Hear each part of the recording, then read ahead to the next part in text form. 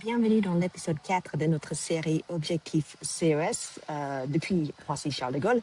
On est à mi-parcours de la semaine et j'espère que vos préparatifs pour le CES avancent bien.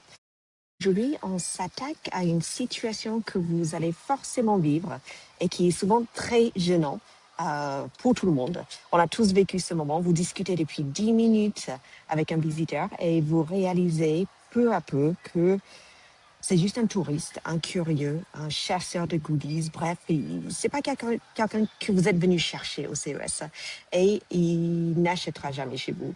Donc, le problème, c'est qu'on se sent coupable à l'idée de conduire quelqu'un de sympathique, en fait. On a peur de passer pour quelqu'un de froidement transactionnel qui ne s'intéresse que à l'argent. Genre, aucune chance que tu achètes, bah, tu m'intéresses pas. Next.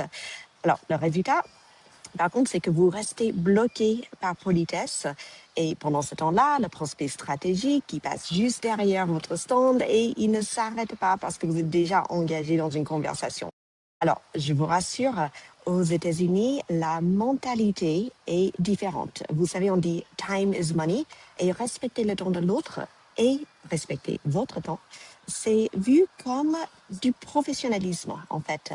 Mettre fin à une discussion qui mène nulle part. Ne pas être méchant, c'est être efficace. Et une phrase que vous pouvez utiliser pour justement libérer la conversation, alors avec le sourire, sans froisser la personne, c'est Thanks for stopping by. I won't keep you any longer. I know there's a lot to see. Enjoy the rest of the show.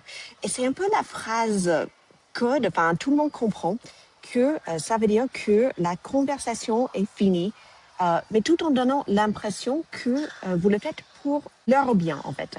C'est élégant, c'est fluide et ça vous permet de protéger votre énergie et votre temps pour les vraies opportunités business.